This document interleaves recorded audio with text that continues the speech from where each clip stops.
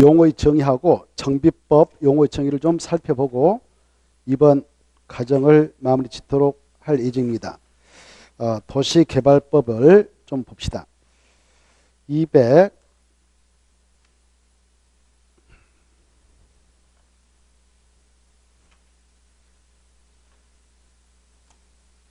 210페이지 정도를 보시면 나오는데요. 자, 이 210페이지 도시개발법은 6문제 나옵니다.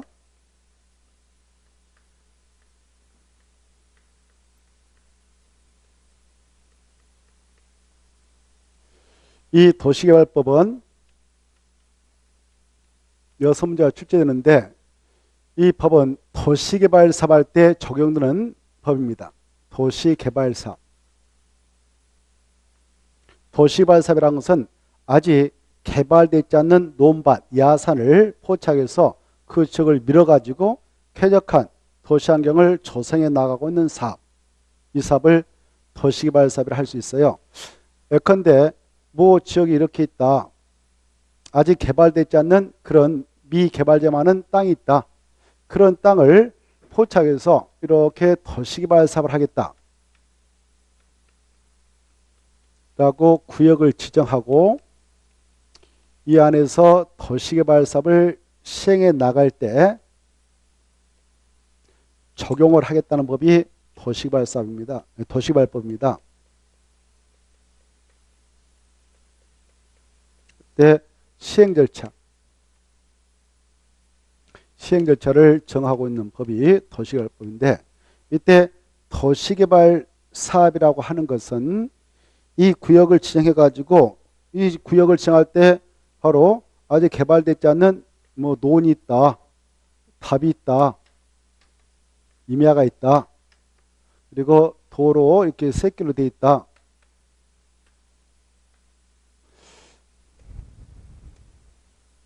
야산 이런 게 있을 때에 이 지역을 바로 도시개발 사업을 하게 되는 시행자가 사업비 준비해 가지고요.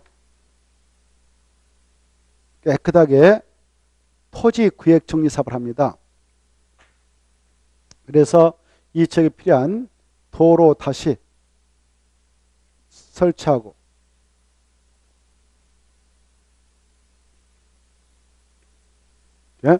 사업을 통해서 그리고 이 안에 필지를 딱딱 구획합니다. 이렇게.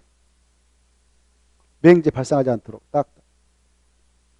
이렇게 구획해서 깨끗하게 만드는 사업, 이 사업을 도시개발 사업을 합니다. 이때 이 도시개발 사업을 하게 때 이렇게 된 땅을 이렇게 만들어서 주택을 지을 수 있는 땅으로 만든다. 그때는 주거단지 조성 사업을 한다 이렇게 표현하고요.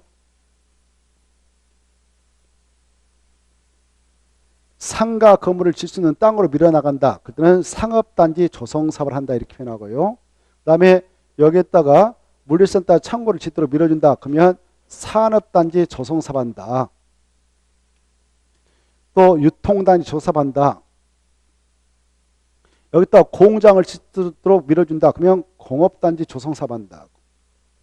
이렇게 그리고 생태문화 단지를 조성할 수도 있고요. 보건복지기능을 갖는 단지 조성, 큰 신시가지를 만들어서 신도시를 만드는 사업까지를 포함해서 도시개발 사업을 합니다. 이때 이렇게 돼 있는 땅을 이렇게 밀어서 나갈 때에 이 시행자가 말입니다. 시행자가 바로 이 안에 있는 땅을 보상 처리하고 소유권을 넘겨받아서 바로 이렇게 사업을 할 수도 있고요. 그때 여기에 있는 땅 주인이 바로 좋게 매매대금 지급하면서 소유권 넘겨달라고 하니까 시행자가 안 넘겨준다. 그러면 법적 절차 거쳐서 강제로 소유권 등을 이 시행자가 취득해서 사업을 할 수 있어요. 그걸 수용, 사용 방식 이렇게 표현합니다. 만약 이 도시개발 사업을 시행해 나갈 때에 그 사업의 시행 방식이라고 하는 게 세 가지 있는데요. 사업 시행 방식이 수용 사업 방식이다 그러면 이 시행자가 이 안에 있는 땅을 싹 일단 협의 양도해서 돈 주고 사들이고 안 되면은 강제 법적 절차 거쳐서 수용하고 보상처를 뺏어옵니다. 뺏어서 시행자가 싹 개발해서 공사가 다 끝났다.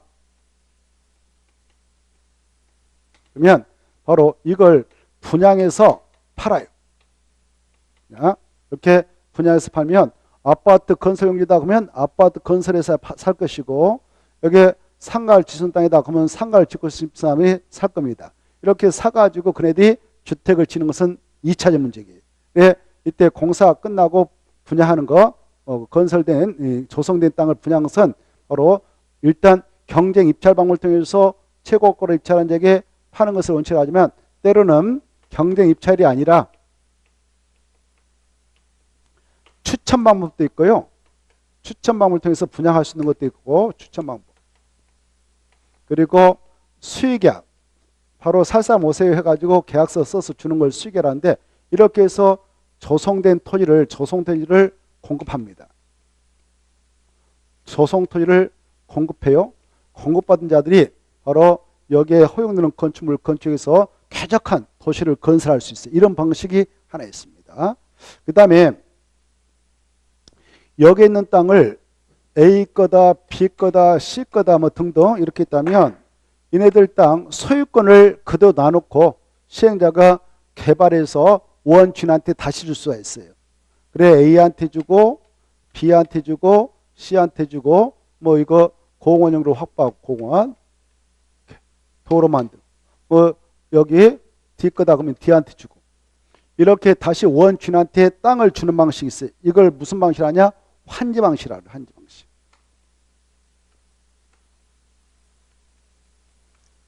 이렇게 이런 방식도 있고, 두 가지를 섞어서 하나의 지역에서 할 수 있는데요. 이걸 혼연 방식이라 합니다.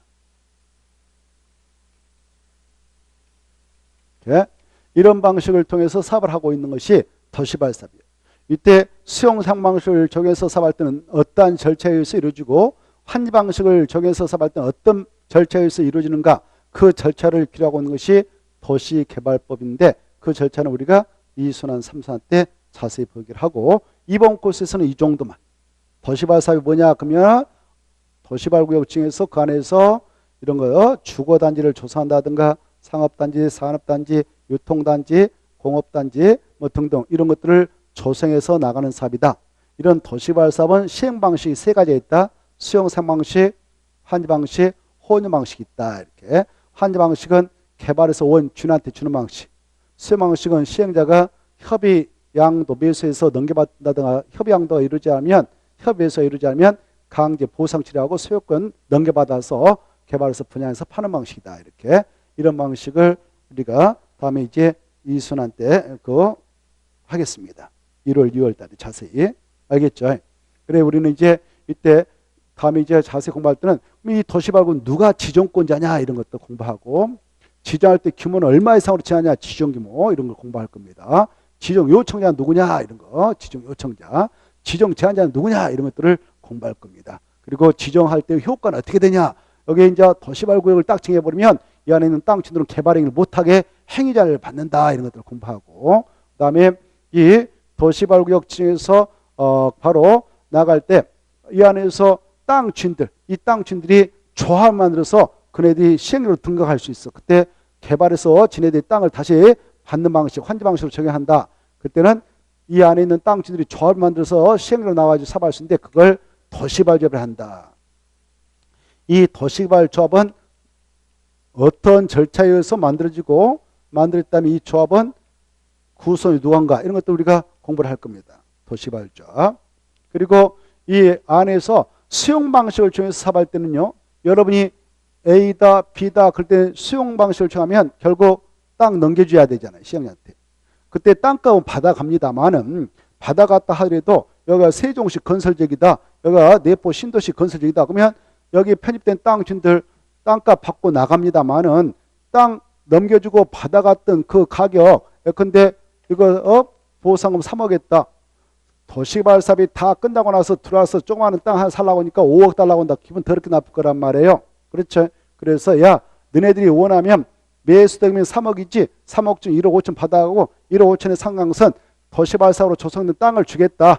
그렇게 하겠다라는 증서를 만들어 줄 수 있어요. 원하면. 토지수에 원하면. 그리고 받아가지고 땅 받아가지고 A라는 사람이 거기다 다가구 있는 원룸을 지어서 운영할 수도 있고 상가 건물을 질 수 있는 땅이면 상가를 질 수 있지 않겠습니까? 그래야도록 그 증권을 주는데요. 그걸 토지상환 채권이라 합니다. 이런 것들 우리가 공부를 할 거예요. 앞으로. 토지상환 채권 이런 것들을 도시개발법을 통해서 공부를 해 나갈 겁니다. 앞으로. 자, 그리고 이 환기 방식에서 사업할 때는 어떤 절차에서 이루어지는가 이런 것들을 앞으로 공부하는데 그 내용은 다음에 바로 1월, 2월 달에 살펴보도록 하고 또 3, 4월, 5월 달에 살펴보도록 하고 이번은 아주 기초적인 하니까 이렇습니다라고 도시개발법을 설명해 드렸습니다. 자, 그 다음에 이제 정비법을 좀 봅시다. 정비법. 정비법이라고 하는 것은 286페이지 있는데 286페이지. 이 도시 및 주거환경 정비법. 이것도 6문제 나오죠. 도시 및 주거환경 정비법 6문제 나옵니다. 이제 아까 이 도시개발법상 도시개발사업이라는 것은 아직 개발되지 않는 땅을 밀어서 새로운 도시를 건설하는 사업이라고 했지 않습니까? 그런데 이 도시 및 주거환경 정비법이라고 하는 것은 정비사업할 때 적용되는 법으로서 이 정비사업이라는 것은 이미 조성되어 있던 기존 도시에 건축되어져 있는 주택이라든가 상가, 공장이 사용해서 노불량식물이 되어버렸다. 그리고 그것들이 밀집해 있다. 그걸 밀어버리고 다시 세워서 그 지역의 주거환경이라든가 도시환경을 다시 깨끗하게 정비할 때 바로 그걸 정비사업을 합니다. 그래 기존 도시를 다시 탈바꿈시킨 거죠. 쉽게 말하면 도시를 재생시키는 사업이죠. 그 사업을 정비사업이라 합니다. 이런 정비법상 정비사업을 하게 될 때도요. 바로 노불량식 밀집해 있는 지역을 대상으로 해서 여기에다가 그 사업을 하겠다라고 정비구역을 지정해요. 이렇게 지정해서 이 안에서 정비사업을 추진합니다.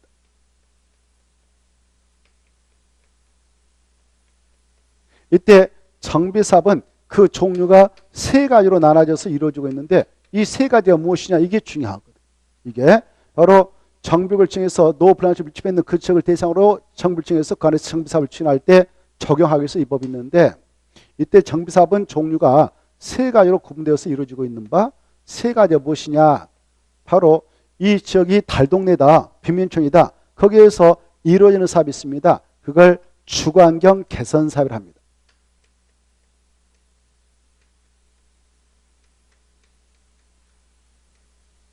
주거환경 개선 사업.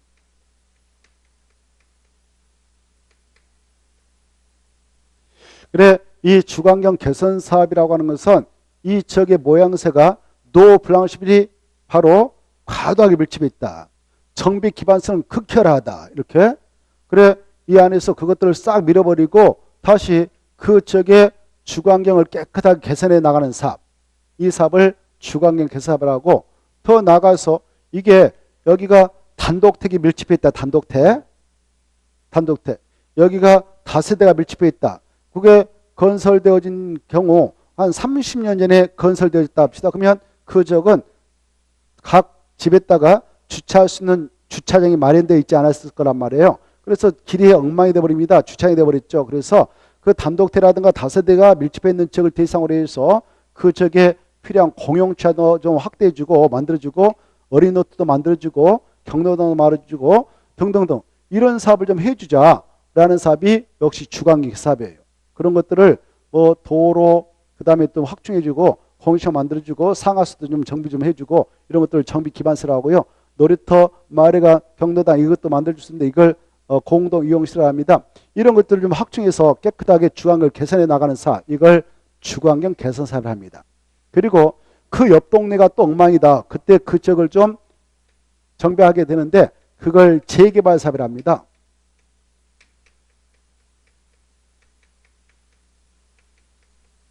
재개발 사업. 이 재개발 사업이라는 것은 정비 기반시설인 도로, 공원, 이런 공용차 이런 것들은 바로 극히나 하지만 열악하고 노블랑시 밀집해 있는 지역에서 그것들을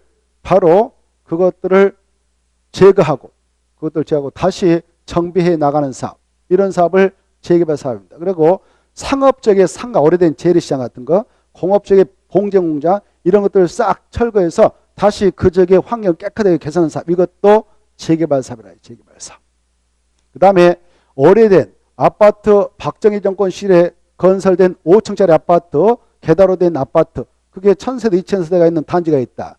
그걸 철거하고 다시 세우는 사업이 있는데요. 그걸 재건축 사업이랍니다.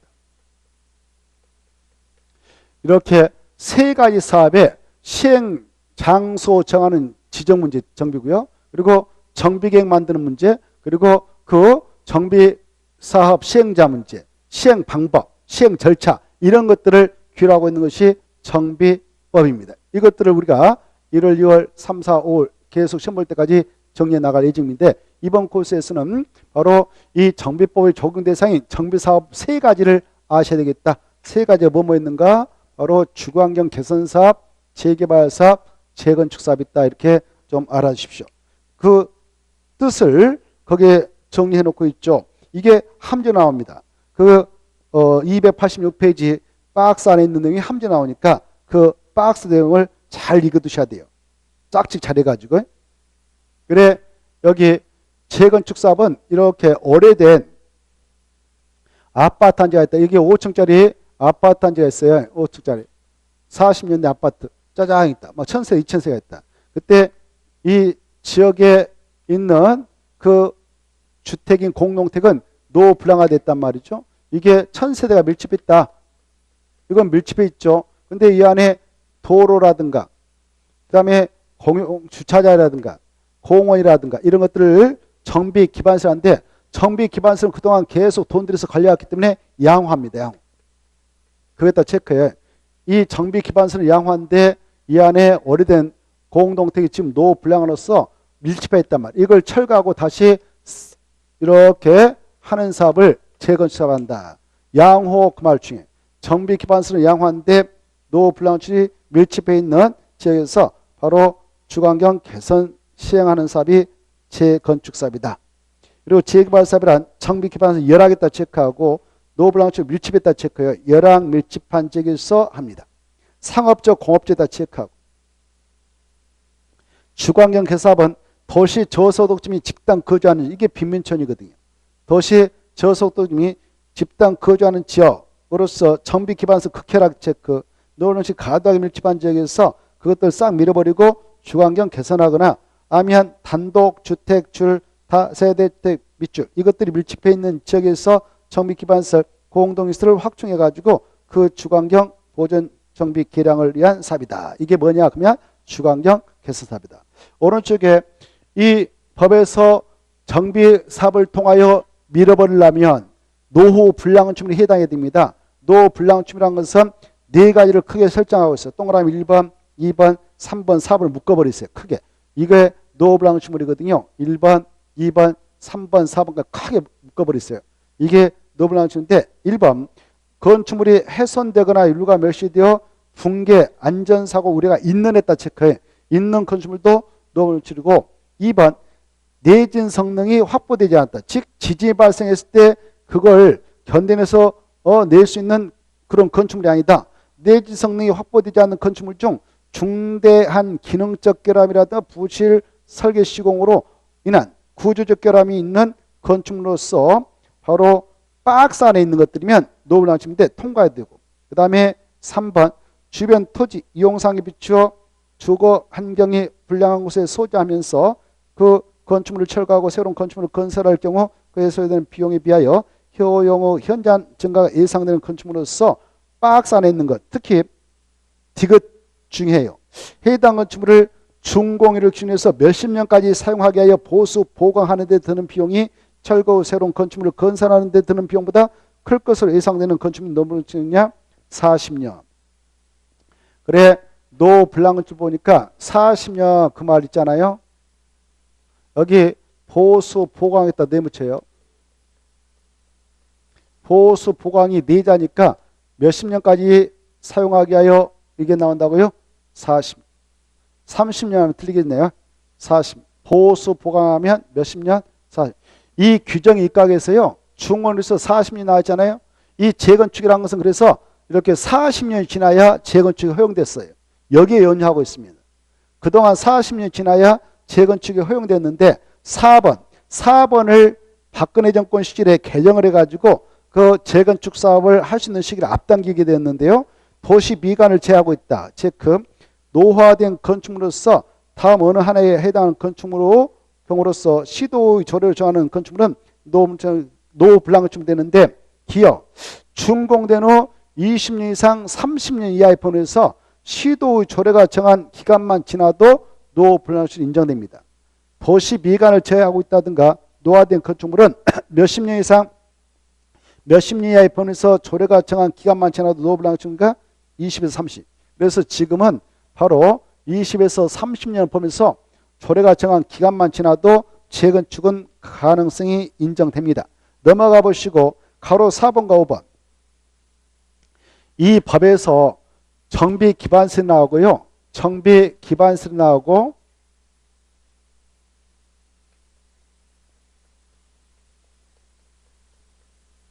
공동 이용시 나오는데 이게 시험에 잘 나와요. 올해도 28회 29회인 올해도 2018년도도 이게 나왔는데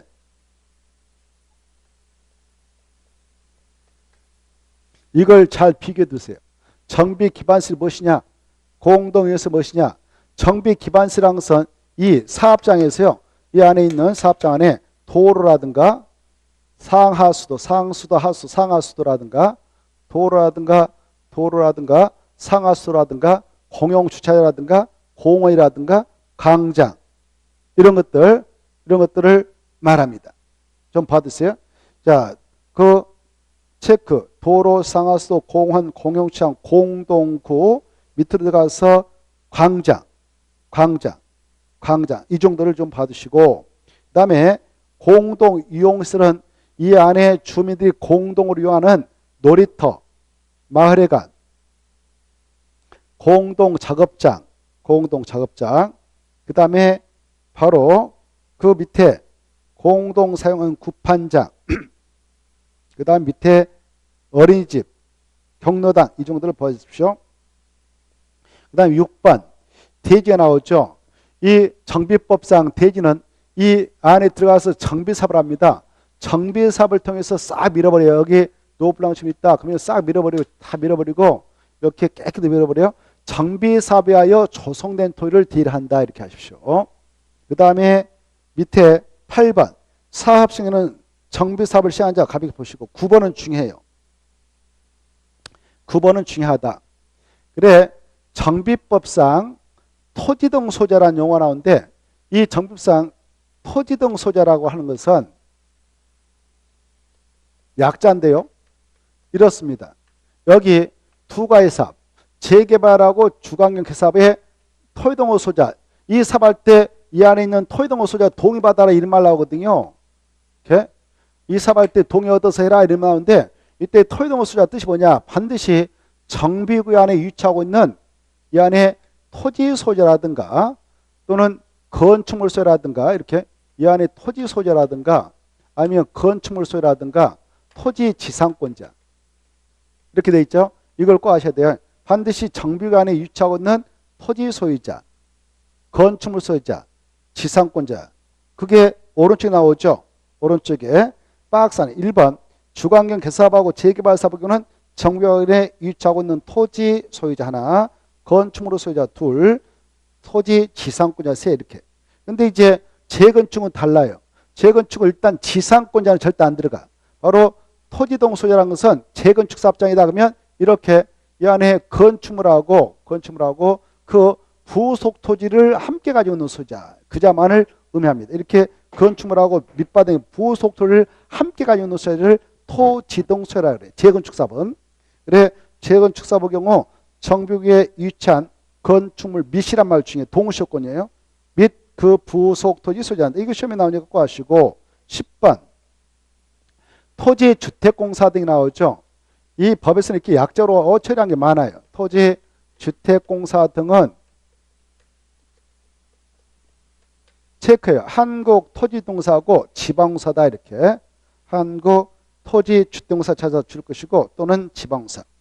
그 다음에 11번 박스 안에 들어가서 정과는 조합이 시행할 때 맞는 것이고 2번 사업 시행자가 토지동 소유자면 자치계약을 만들고 3번 체크해요.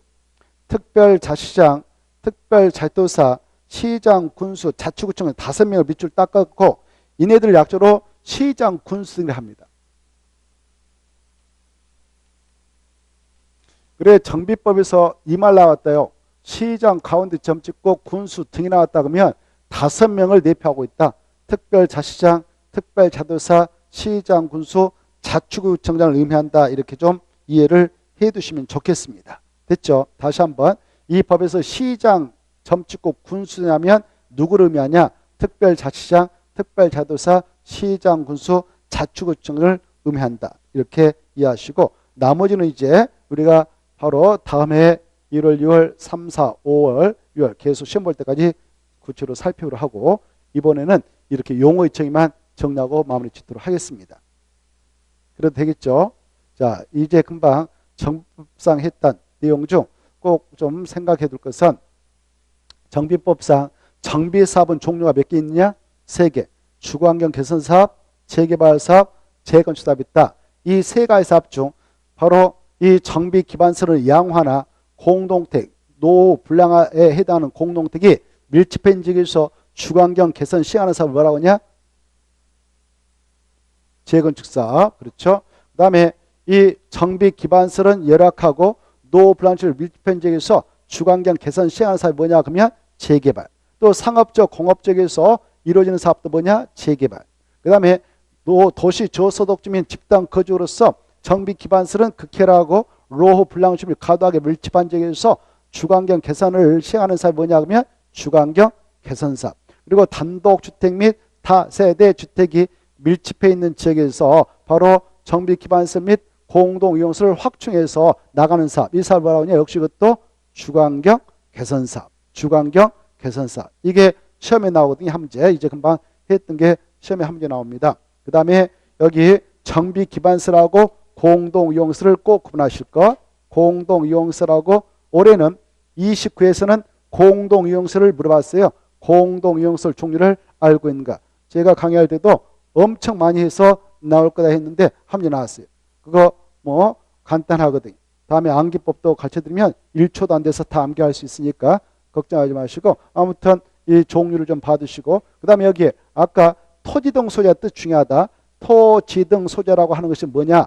토지등 소재라는 용어는 정비법에서만 나오는 용어인데 토지등 소재란 두 가지 사업은 같다. 주거환경 개선 사업하고 재개발 사업에 있어서 토지등 소재라 하면 정비구역 안에 위치하고 있는 토지 소유자, 건축물 소유자, 그 토지 지상권자를 말한다. 근데 재건축 사업의 경우 토지 등 소유자란 건축물 및 그 부소 토지 소유를 말하지요.